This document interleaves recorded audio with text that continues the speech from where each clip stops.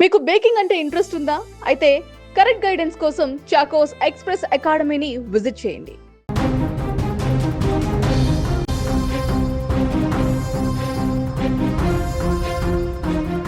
పెళ్లి ఇష్టం లేకపోతే ఇష్టం లేదని చెప్తారు, లేదంటే ఎక్కడికైనా పారిపోతారు. కానీ ఈ మహిళ పెళ్లి ఇష్టం లేదని కాబోయేటువంటి వరుడిని ఒక కోటకు తీసుకువెళ్ళి లోయలో ప్రియుడితో కలిసి తోసేసి చంపేసినటువంటి ఘటన ఇప్పుడు సంచలనంగా మారింది. పూణేకు చెందిన ప్రముఖ రియల్ ఎస్టేట్ వ్యాపారి కుమారుడు కేతన్ విశాల్ అగర్వాల్ మృతి వెనుక ఇప్పుడు అత్యంత భయంకరమైనటువంటి కుట్ర వెలుగులోకి వచ్చింది. జూన్ 18న లోహగఢ్ ఫోర్ట్ వద్ద కేతన్ లోయలో పడి మరణించడానికి సరిగ్గా 4 రోజుల ముందే, అంటే జూన్ 14న కూడా అతడి పైన ఇదే రకమైనటువంటి హత్యాయత్నం జరిగినట్టుగా ఇప్పుడు పోలీసుల విచారణలో సంచలన విషయాలు తేలాయి. కాబోయే భర్తను ఎలాగైనా వదిలించుకోవాలనేటువంటి కోణంతో కాబోయే భార్యే తన ప్రియుడితో కలిసి వరుసగా చేసినటువంటి రెండో ప్రయత్నంలో అతన్ని అంతమొందించడం ఇప్పుడు స్థానికంగా తీవ్ర సంచలనం సృష్టిస్తోంది. పూణే రూరల్ పోలీసులు తెలిపినటువంటి వివరాల ప్రకారం కేతన్ అగర్వాల్కు సియా గోయల్ అనే యువతికి ఈ ఏడాది ఫిబ్రవరిలో నిశ్చితార్థం జరిగింది. నవంబర్లో పెళ్లి చేసుకుందామని చెప్పేసి అనుకున్నారు. ఆ ఏర్పాట్లు జరుగుతున్నాయి. అయితే అప్పటికే చేతన్ చౌదరి అనేటువంటి యువకుడితో ప్రేమలో ఉన్నటువంటి సియాకు ఈ పెళ్లి ఎంతమాత్రం కూడా ఇష్టం లేదు. దీంతో కేతన్ను చంపేయాలని ప్రియుడితో కలిసి పక్కా స్కెచ్ వేసింది. ఇందులో భాగంగానే జూన్ 14న ఇదే లోహగఢ్ కోట వద్ద కేతన్ను కొండపై నుంచి నెట్టేయడానికి ప్రయత్నించారు. అయితే ఆ సమయంలో కేతన్ అదృష్టవశాత్తు ఒక చెట్టు కొమ్మను లేదా బండరాయిని పట్టుకొని ప్రాణాలతో బయటపడ్డాడు.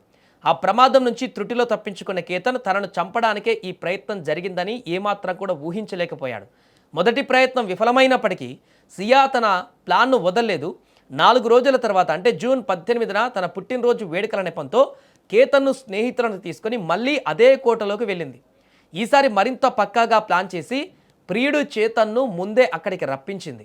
కోటలోని ఒక నిర్మానుష్య ప్రాంతంలో కేతన్ ఫోటోలు కోసం ఫోజు ఇస్తున్నటువంటి సమయంలో సియా, చేతన్ ఇద్దరు కలిసి అతన్ని 350 నుంచి 400 అడుగుల లోతున్నటువంటి ఒక లోయలోకి నెట్టేశారు. బలమైనటువంటి గాలుల వల్ల జరిగినటువంటి ప్రమాదం ఇది. అతను కాలు స్లిప్ అయి పడిపోయాడు అని, ప్రమాదం జరిగిందని చిత్రీకరించే ప్రయత్నం చేశారు. తొలుత ప్రమాదకర మరణంగా భావించిన పోలీసులు కేసును Pune rural police station superintendent Sandeep Singh Gill నేతృత్వంలో దర్యాప్తు చేయగా అసలు నిజాలు బయటపడ్డాయి. ఘటన జరిగిన సమయంలో ముఖానికి ముసుగు ధరించి వెంబడించిన చేతన్ చౌదరి దృశ్యాలు అక్కడ సీసీటీవీలో దొరికాయి.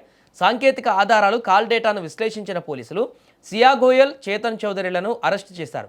విచారణలో వారు తమ నేరాన్ని, అంతకు ముందు 4 రోజుల ముందు చేసినటువంటి ప్రయత్నాన్ని కూడా అంగీకరించారు.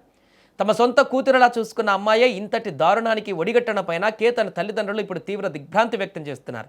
పెళ్లిష్టం లేకపోతే ముందే చెబితే తామే గౌరవించే వాళ్ళమని, ఇలా దారుణంగా చంపాల్సిన అవసరం ఏముందని తండ్రి ఆవేదన వ్యక్తం చేశారు. నిందితులకు కఠిన శిక్ష పడాలని కుటుంబ సభ్యులు ఇప్పుడు డిమాండ్ చేస్తున్నారు.